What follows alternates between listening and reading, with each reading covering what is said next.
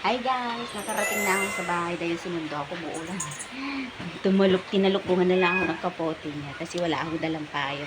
So, magbibihis lang ako tapos maya-maya yung tirang may tabing wild kangkong gagawin kong adobo para ulam mamaya. Papakita ko sa inyo paano mag-adobo ng wild kangkong. Parang kangkong lang na talagang ginagamit yun ng malalaki. Ganun lang din naman siya. Mamaya ulit. So ito na nga't nakabihis na, ginaya ko na yung aking mga lulutuin. Diyos ka, kaserte ko na yung hapon na to. Dahil ako ang magluluto. Dahil ang usapan po talaga namin kung sinong maunang umuwi ng hapon, siya ang magluluto at mag-iisip ng kung anong uulamin. Yun po yung sistema ng lambingan namin dalawa. So ayun na nga, at aking lulutuin na adobo, ilalagyan ko ng konting karne para naman magkalasa-lasa ang aming uulamin. Hindi lang puro dahon-dahon.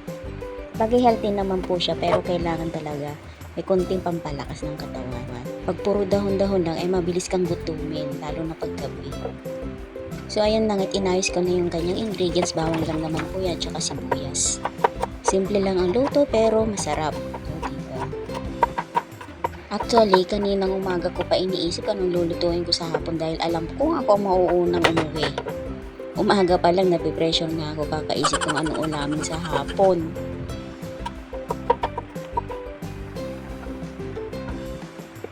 Yung dahon na palayan ng wild kangkong ay hinugasan ko ng mabuti mga 3 beses yung binalawan. Ganyan lang po ang gagawin ko, hiwa-hiwain ko siya dahil lalambot naman kapag inadobo. Ang lasa po ng wild kangkong na yan ay mas malinamnam siya kaysa kangkong na nakukuha sa tubig na yung tangkay nun ay malalaki. Tsaka kapag naluto siya, walang amoy-amoy, di gaya nung nakukuha sa tubig. Pag naluto, iba po ang amoy niya. Itong wild kangkong na to ay mabango. At yan na nga, pinainit ko na yung kawali at nilagyan na ng konting mantika para hindi dumikit yung sasangkot siya pang karne. Sasangkot siya ko po muna siya. Lulutuin yan hanggang maging ganyan golden brown po siya. Tapos tsaka ilagay yung bawang. Nagmantika na ganyan. Nag-brown na siya. Next, sibuyas.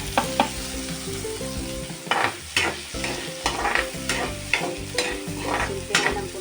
Tapos lalagyan mo ng soy. Hindi kompleto ang adobo pag walang soy. Pero meron din naman adobo puti, yung asin lang sa mata.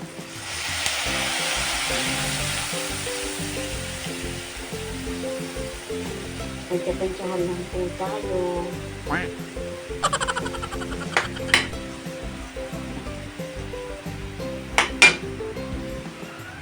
Tapos, kunting patis. Mas prefer ko po patis kaysa asin. Mas malilim naman po ang patis. Ilan. Yung na paminta.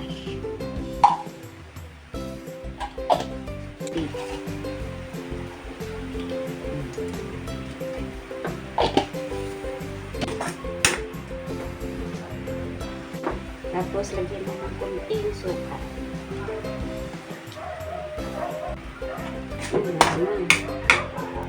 Tapos, ilagay mo yung wild spinach o kangkong o balangag sa Ilocano.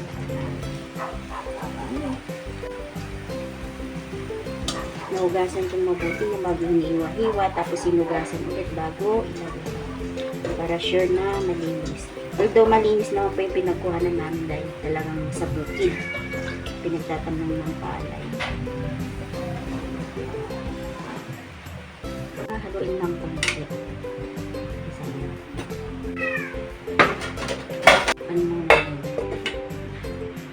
Low fire lang yan. And after few minutes, ito na po siya. Diba? Miss-is na lumiit.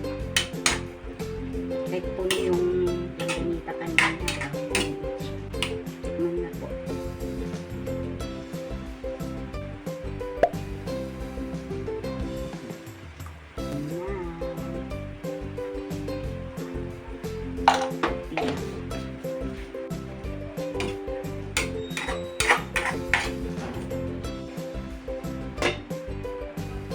na dinagdag. Tapos okay na siya.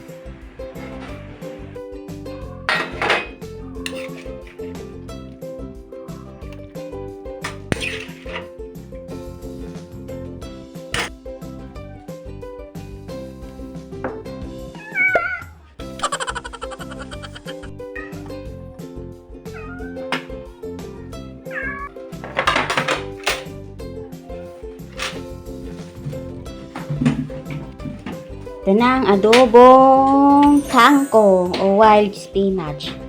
Balangag si Lucano. Diba? Wild kangkong yan. O, diba libre na naman ang hapunan. Hindi kailangan gumastos, dumaskarte ka lang. Kain po tayo dahil gutom na yung aking mga little boss. Guys, kain tayo. Wild spinach. Diba?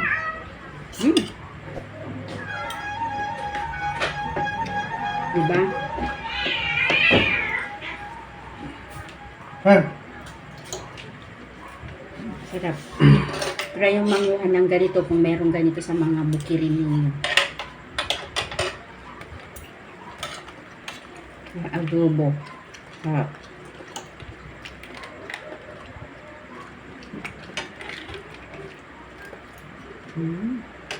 Bye. See you next time.